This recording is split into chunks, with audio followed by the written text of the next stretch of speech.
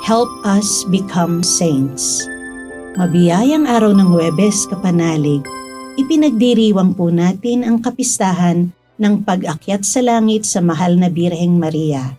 Ito po si Sister Rose Agtarap ng Daughters of St. Paul para sa mabuting balita. Tayo na pong magnilay sa Ebanghelyo ngayon.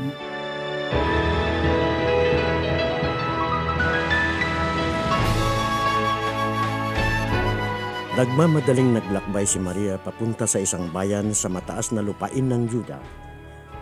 Pumasok siya roon sa bahay ni Zacarias at binati si Elizabeth. Nang marinig ni Elizabeth ang bati ni Maria, sumikad ang sanggol sa sinapupunan niya at napuspos ng Espiritu Santo si Elizabeth at malakas siyang sumigaw at sinabi, "Lubos kang pinagpala sa kababaihan. Pinagpala rin ang bunga na iyong sinapupunan. Sino nga ba naman ako't naparito sa akin ang ina ng aking Panginoon? Nang umabot sa aking pandinig ang iyong pagbati, sumikad sa tuwa ang sanggol sa aking sinapupunan.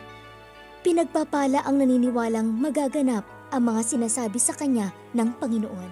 At sinabi ni Maria, "Dinadakila ng aking kaluluwa ang Panginoon at nagagalak ang aking espiritu sa Diyos na aking tagapagligtas.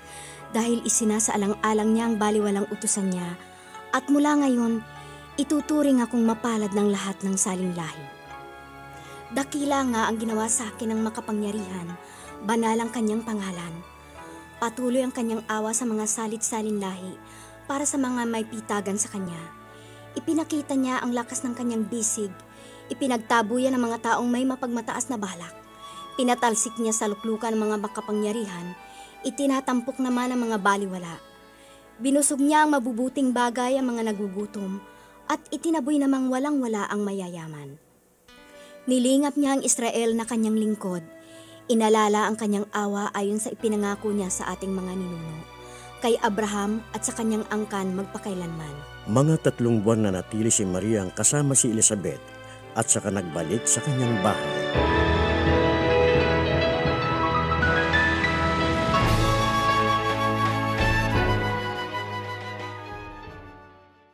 Virgin Mary, Mother of Jesus, help us become saints.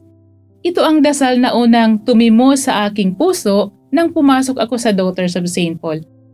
Paggising sa umaga, ito agad ang umaalingaw-ngaw sa dormitory ng mga sisters. Sabi ko sa sarili ko, ang galing naman, nagsusumamo silang lahat kay Mama Mary na tulungan silang maging banal. Pangarap ko rin yun. Gusto ko ring maging banal. Pero sa paglipas ng mga buwan at taon sa kumbento, natanto ko na hindi pala madali ang magpakabanal. Parang habang nagpupursige akong maging banal, lalo namang dumarami ang mga pagsubok na humihila sa akin pababa. Pero tuwing maaalala ko ang kapistahang ito, nabubuhayan ako ng loob. Ang pag-akyat kay Mama Mary sa langit, katawan at kaluluwa ay isang inspirasyon na kaya pala nating mabuhay ng banal at manatili sa pagpapala ng Diyos sa kabila ng ating mga kahinaan. Tao rin si Mama Mary na gaya natin. Kaya lang, higit siyang pinagpala sa lahat dahil sa misyon niyang maging ina ng anak ng Diyos.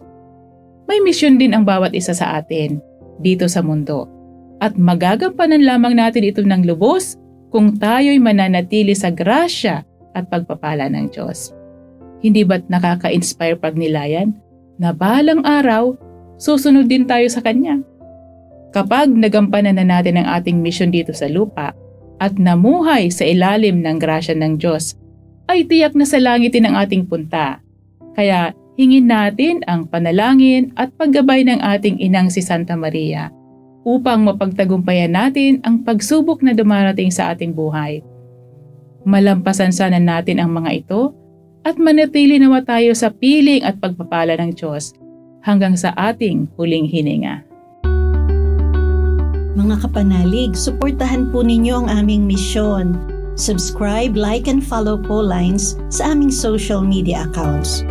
Tulungan niyo po kaming maipagpatuloy ang programang ito at ipadala ang inyong donasyon sa aming donations channels. Makakaasa po kayo na isinasama namin ang inyong mga intensyon at kahilingan sa aming mga panalangin araw-araw. Ito pong muli si Sister Rose na nag-aanyaya sa inyong manalangin sa ating mahal na Inang Maria. Maria, Reyna ng bawat puso at aking inang iniakyat sa langit, minamahal kita. Bigyan mo ako ng higit na pagmamahal kay Jesus at sa iyo. Reyna ng sansinukob, makamit nawa namin ang kapayapaan at kaligtasan sa pamamagitan ng iyong mga panalangin. Kay Kristong Panginoon, ang tagapagligtas ng lahat ng sangkatauhan. Amen.